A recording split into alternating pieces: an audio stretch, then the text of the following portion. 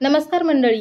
मुख्यमंत्री माझी लाडकी बहीण योजनेच्या नियमामध्ये बरेच बदल करण्यात आलेले आहेत आणि आपण ऑलरेडी त्यावर एक व्हिडिओही बनवलेला आहे. तुम्हाला जर तो व्हिडिओ बघायचा असेल तर त्याची लिंक या व्हिडिओच्या डिस्क्रिप्शन बॉक्समध्ये दिलेली आहे किंवा या व्हिडिओच्या एंड स्क्रीनला सुद्धा त्या व्हिडिओची तुम्हाला लिंक मिळेल.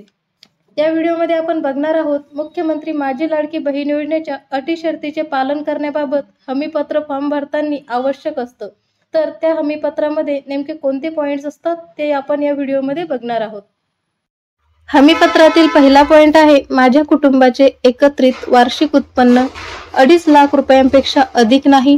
त्यानंतर दुसरा पॉइंट आहे माझ्या कुटुंबातील सदस्य आयकरदाता नाही.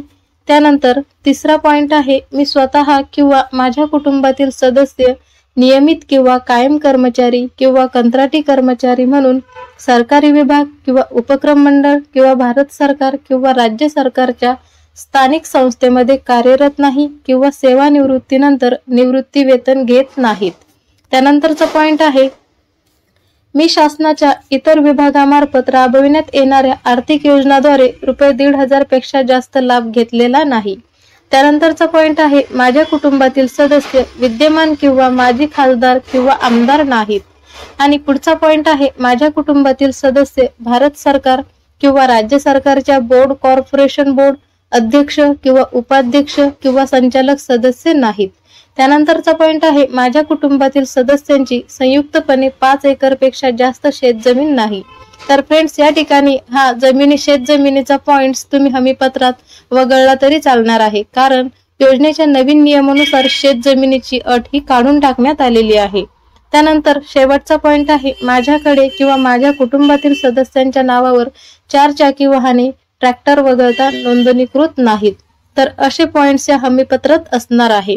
आणि त्यानंतर खाली असणार आहे मी वरील प्रमाणे घोषित करते की मुख्यमंत्री माझी लाडकी बहीण योजना संबंधित पोर्टल ॲपवर आधार क्रमांक आधारित प्रमाणीकरण प्रणाली सोबत स्वतःला प्रमाणित करण्यास व आधार आधारित प्रमाणीकरणानंतर माझा आधार क्रमांक, बायोमेट्रिक किंवा वन टाइम पिन म्हणजेच OTP माहिती प्रदान करण्याची सहमती देण्यात माझी हरकत नसेल.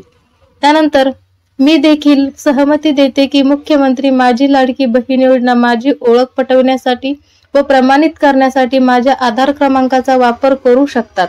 मी केवळ शासकीय सेवा व योजनांचे लाभ प्राप्त करण्याच्या उद्देशाने अन्य राज्य किंवा केंद्र शासनाच्या विभागांशी माझे आधार eKYC वर्णन पुरवण्यास सहमती देत आहे. आणि खाली अर्जदाराची सही म्हणजे ज्या महिलेने अर्ज केलेला आहे त्या महिलेची या ठिकाणी सही असणार आहे.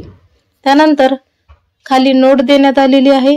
नोटमध्ये आहे पहिला पॉइंट आहे उक्त प्रपत्र केवळ ऑनलाईन अर्ज दाखल करण्याच्या हेतूने माहिती एकत्रित करण्याकरता आहे. आणि दुसरा पॉइंट आहे अर्ज ऑनलाईन पद्धतीने सफलतापूर्वक प्रविष्ट झाल्यानंतर खालील पावती प्रदान करण्यात येईल, तसेच SMS किंवा व्हॉट्सॲपद्वारे सुद्धा पाठवण्यात येईल. तर खाली असे पॉइंट्स दिलेले आहे, म्हणजे अर्ज भरल्यानंतर तुम्हाला तुमची हमीपत्राची पावती वापसही भेटणार आहे किंवा SMS किंवा व्हॉट्सॲपद्वारे तुम्हाला पाठवण्यात येणार आहे. अशा प्रकारचं मुख्यमंत्री माझी लाडकी बहीण योजनेसाठी हे हमीपत्र असणार आहे. व्हिडिओ आवडल्यास व्हिडिओला लाईक करा, जास्तीत जास्त शेअर करा आणि अजूनही आपल्या एज्युकेशनल अकॅडमी या YouTube चॅनलला सबस्क्राईब केलं नसेल तर लवकरात लवकर सबस्क्राईब करून घ्या. भेटूयात नेक्स्ट व्हिडिओमध्ये. धन्यवाद.